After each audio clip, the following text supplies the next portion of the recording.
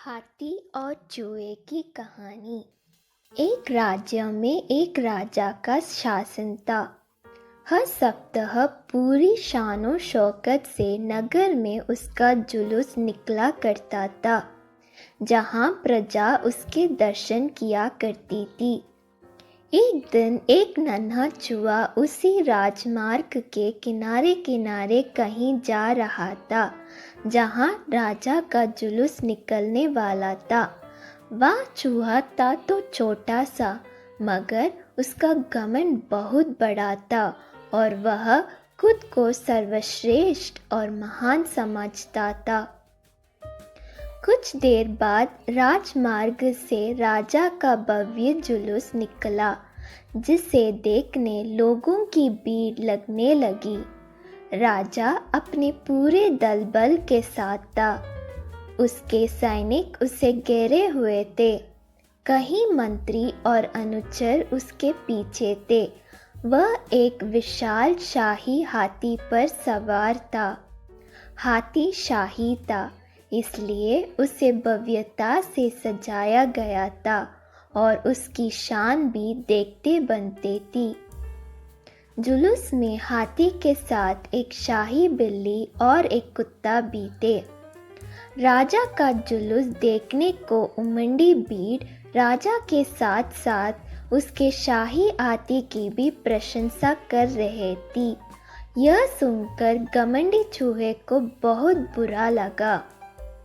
वह हाथी को गौर से देखने लगा, फिर सोचने लगा, इसमें ऐसी क्या खास बात है जो मुझ में नहीं।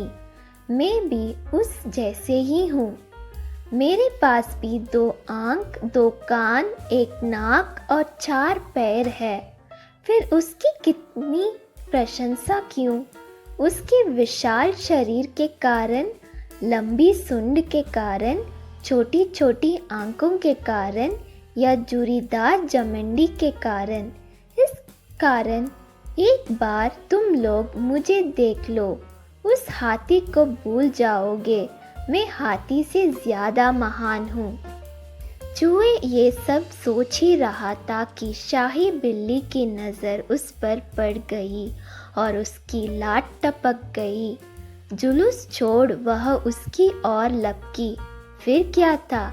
चूहा अपनी सारी मेहनत भूलकर धूम दबाकर भागा। भागते भागते वह हाथी के सामने आ गया।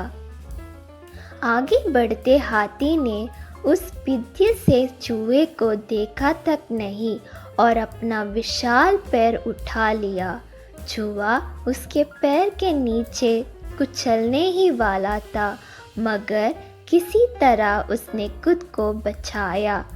वहाँ से बचा तो खतरनाक कुत्ता सामने था, जो उसे देखकर गुर्राया। चूहा पूरी जान लगाकर वहाँ से भागा और राजमार्ग के किनारे स्थित एक छेद में घुस गया। उसका सारा घमंड उतर चुका था। उसे समझ आ चुका था कि वह इतना भी श्रेष्ठ और महान नहीं।